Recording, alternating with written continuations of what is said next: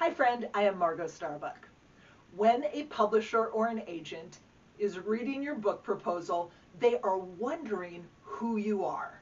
And today, having an author website that lets them know who you are and what you do is essential.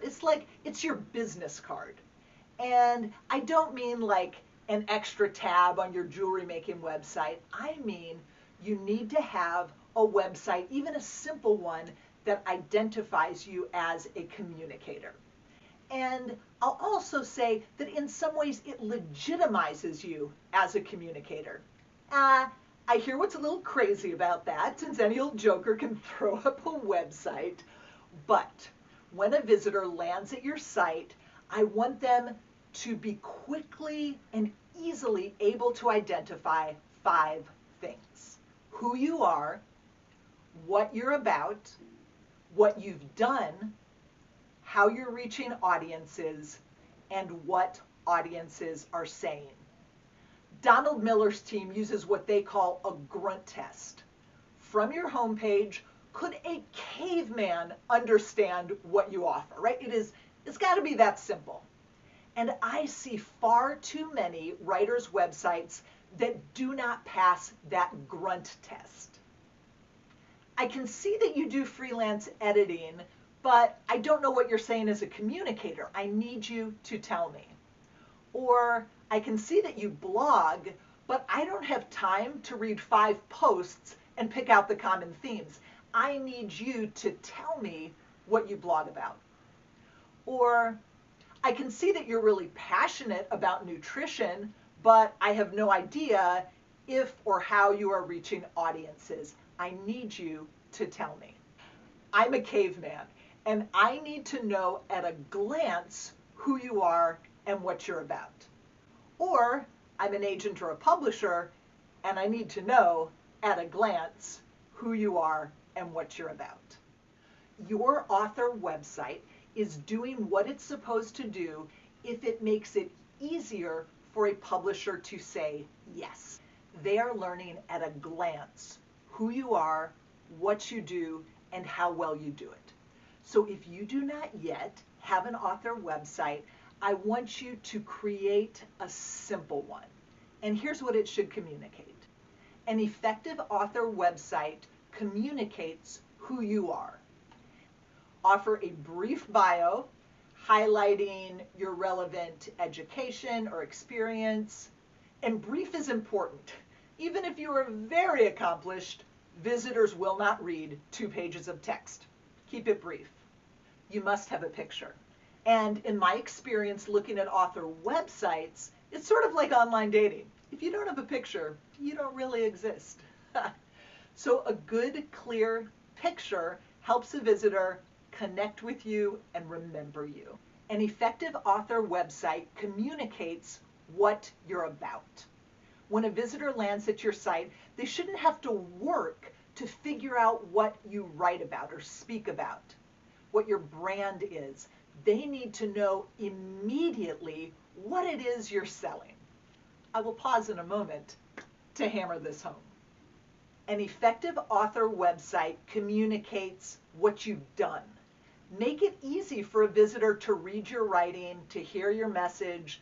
So link to any books, articles, podcasts, videos of you speaking, demonstrating what you've already done, already communicated, instills confidence. Those links give a visitor the opportunity to experience you as a communicator. An effective author website communicates how you're reaching audiences. Show a visitor the ways you're reaching audiences right now. Link to your social media pages. Feature your own blog or podcast. Link to other platforms where your message is being shared. If you speak, list the topics on which you speak and previous gigs. An effective author website communicates what audiences are saying. Include endorsements from people who dig your writing or speaking. And if this feels out of reach for you, it might not be as tricky as you think. I want you to pay attention to what you're already hearing. At first, it might be someone who adds a comment when you post a blog. Thank you so much for writing. I never realized this. And then it might be someone who emails you through the contact page on your simple website to say, this article really helped me with this problem I'm facing at work this week. And then it might be an editor for whom you write a short article who emails back to say, you did a great job on this piece. What you said about that thing is going to be a gift to our readers. When you receive those compliments, ask the writer's permission to share those on your site. I want you to start paying attention and capturing those kinds of endorsements. So, those are the big 5, but there's one more bonus feature that you can't not have on your website. It is essential, and that is contact information. Now, there's 2 ways that this can go bad. I call this a Goldilocks fail because one of the ways it goes bad is too little, and the other way it goes bad is too much. I have visited authors' websites where there was no way to contact the writer. That is a fail. Make it plain. And also, I have heard from a publisher who wanted to hire a writer to do a writing job, and the writer's contact forms, mandatory fields, were so cumbersome that the publisher checked out. They found someone else to do the job. They weren't going to monkey around with it. Make contacting you clear and easy. So friend, here are your marching orders.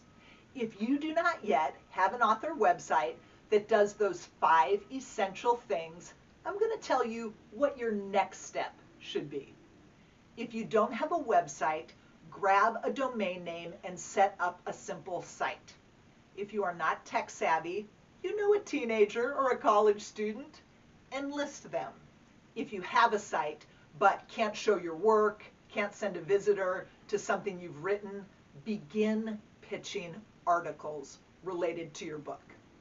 If you have a site and can point visitors to what you've written, begin to gather endorsements of your writing and or your speaking. I understand that if you're hustling to create the site and pitch the articles and get the endorsements, it can feel a little bit like a chicken and egg situation, right? Which one comes first? Don't let that keep you stuck. Just start. And a note on the website itself, the most effective author websites are simple, clear, and concise. When a visitor lands on your homepage, do they know immediately who you are and what you're about, right? Does it pass that grunt test? And specifically, what can they see on your website without doing any scrolling? Just like newspapers feature their best content above the fold on the front page of the newspaper to grab readers' attention, you have to do the same thing. Assume that visitors will not scroll down to the bottom of your homepage. Communicating effectively in that above the fold space without any scrolling is critical. Resist the temptation to clutter your site with too many graphics, too much content.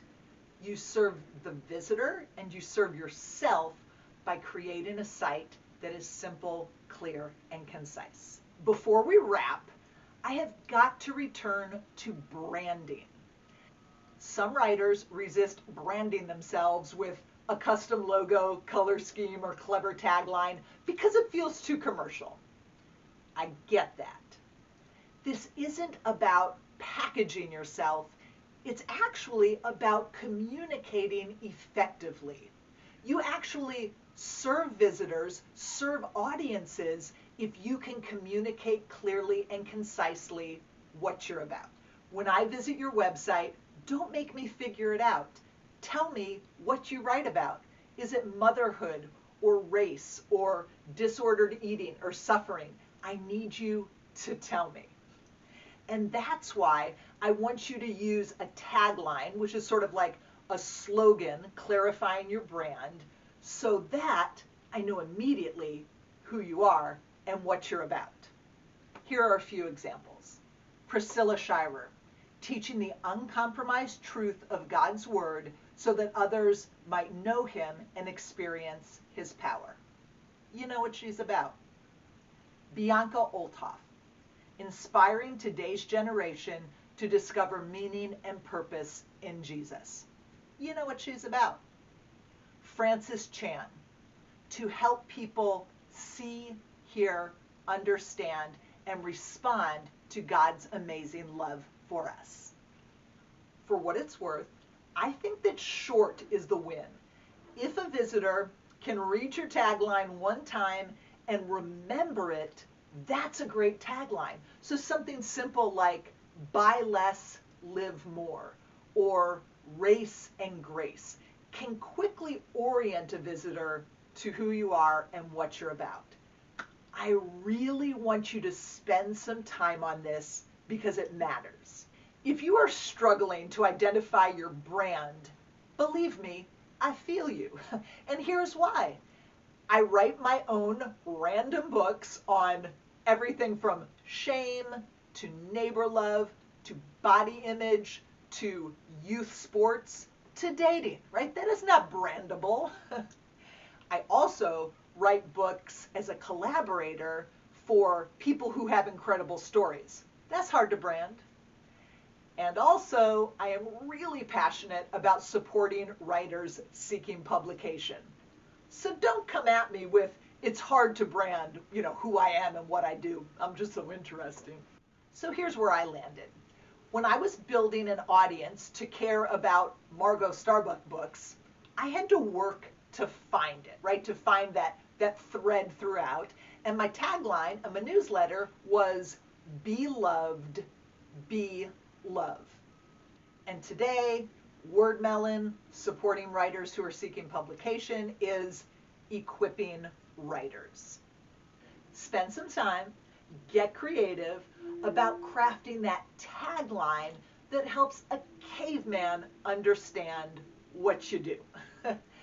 And make sure your site is working. Your author website is working if it's super plain to a visitor who you are, what you do, and how well you do it. A strong, clear author website makes it easier for a publisher to say yes. You got this.